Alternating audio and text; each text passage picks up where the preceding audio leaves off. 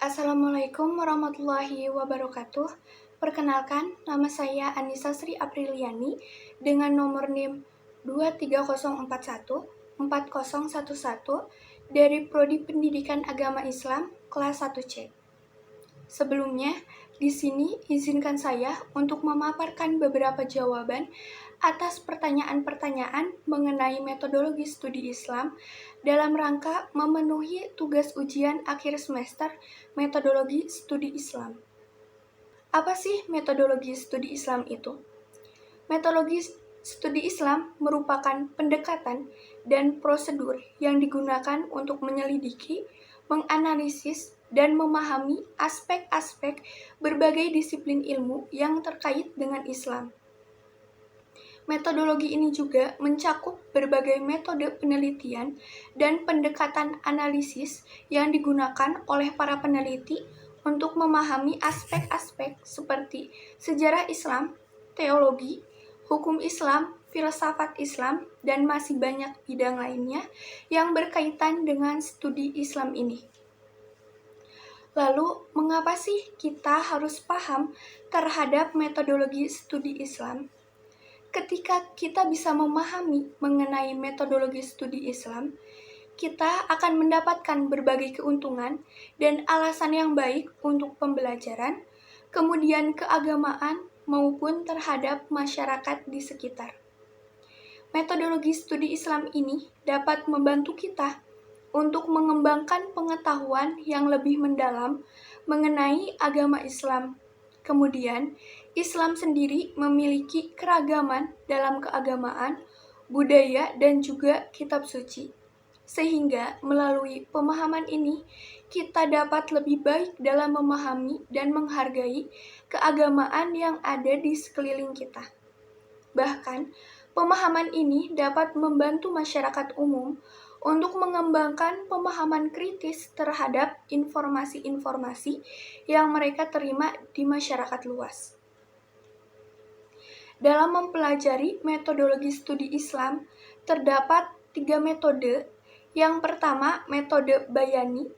Dalam metode ini ditunjukkan untuk menemukan ilmu melalui usaha maksimal membaca, memahami, mempelajari, dan mengkaji penjelasan-penjelasan dari nas-nas Al-Quran dan Sunnah untuk mengetahui pesan-pesan yang ada di dalamnya.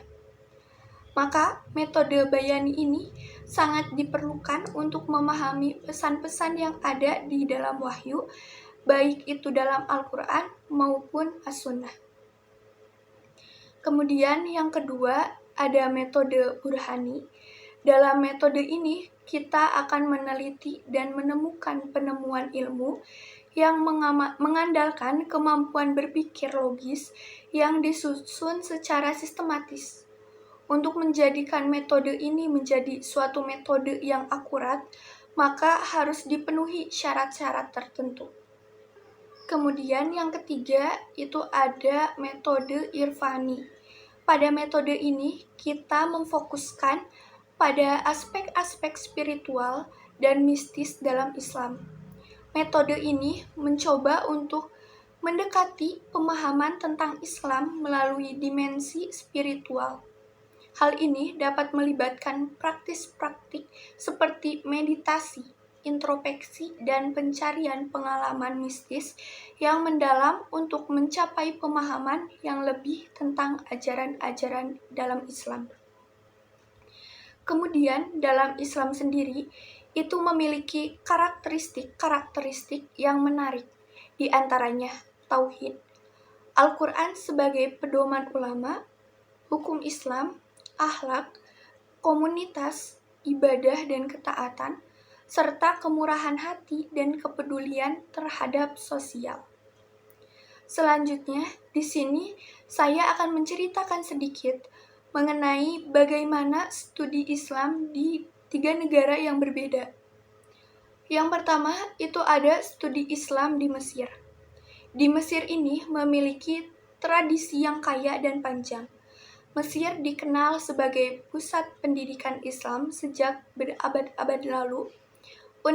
Universitas Al-Azhar didirikan pada abad ke-10 Ini merupakan salah satu institusi Islam tertua di dunia dan pusat penting untuk studi agama Islam.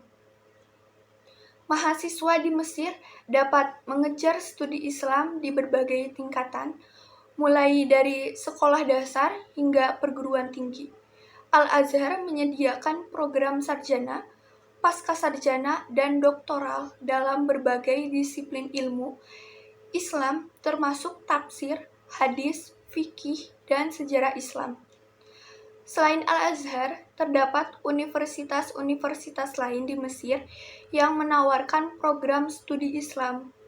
Mesir menjadi destinasi populer bagi mahasiswa internasional yang ingin memperdalam pemahaman mereka tentang Islam.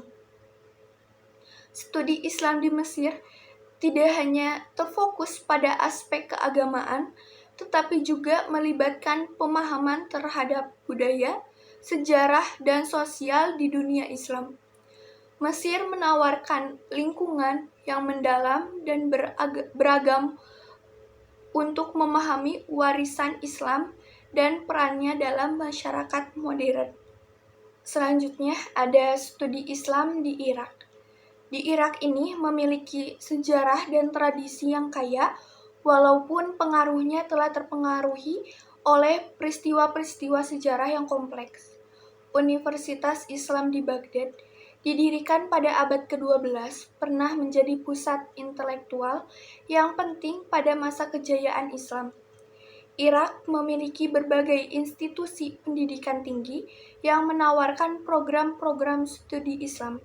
Selain itu, beberapa universitas terkemuka di Irak seperti Universitas Baghdad menawarkan program-program studi Islam dalam berbagai disiplin ilmu seperti tafsir, hadis, fikih, dan sejarah Islam. Namun, dengan seiring dengan peristiwa-peristiwa sejarah kontemporer, termasuk perang dan ketidakstabilan politik, beberapa tantangan telah muncul bagi pendidikan tinggi di Irak, termasuk studi Islam.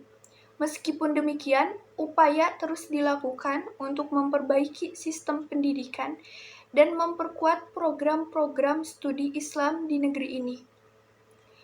Pentingnya memahami warisan Islam dan melibatkan mahasiswa dalam kajian agama dan budaya menjadi fokus utama dalam pengembangan pendidikan tinggi di Irak. Meskipun perjalanan pendidikan Islam di Irak telah dipengaruhi oleh berbagai tantangan, upaya terus dilakukan untuk mempertahankan dan mengembangkan pemahaman Islam di tengah perubahan zaman. Selanjutnya yang terakhir, ada studi Islam di Turki. Di Turki ini mencerminkan perpaduan unik antara warisan keagamaan dan modernitas. Turki sendiri memiliki sejumlah universitas dan lembaga pendidikan tinggi yang menawarkan program-program studi Islam dalam berbagai tingkatan, seperti Universitas Istanbul dan Universitas Ankara, yang menyediakan program sarjana dan pascasarjana dalam disiplin ilmu Islam seperti tafsir, hadis, fikih, dan sejarah Islam. Perguruan tinggi agama Islam seperti Diyanet Islam berperan dalam mendidik klerus dan cendekiawan Islam. Pentingnya pendidikan agama di Turki tercermin dalam upaya untuk mengintegrasikan pendidikan Islam dengan konteks sosial dan budaya modern.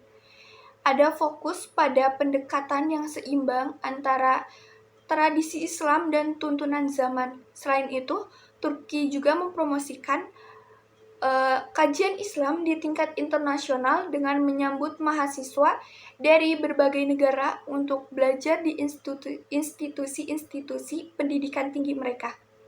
Hal ini menciptakan lingkungan akademis yang multikultural dalam studi Islam di Turki. Pendidikan Islam di Turki ini mencerminkan usaha untuk mencapai keseimbangan antara warisan keagamaan dan kemajuan modern, menjadikan sebagai tempat yang menarik untuk studi Islam di konteks yang beragam. Mungkin cukup sekian pemaparan mengenai metodologi studi Islam ini. Atas segala kekurangannya mohon maaf. Wabillahi taufiq wal hidayah. Wassalamualaikum warahmatullahi wabarakatuh.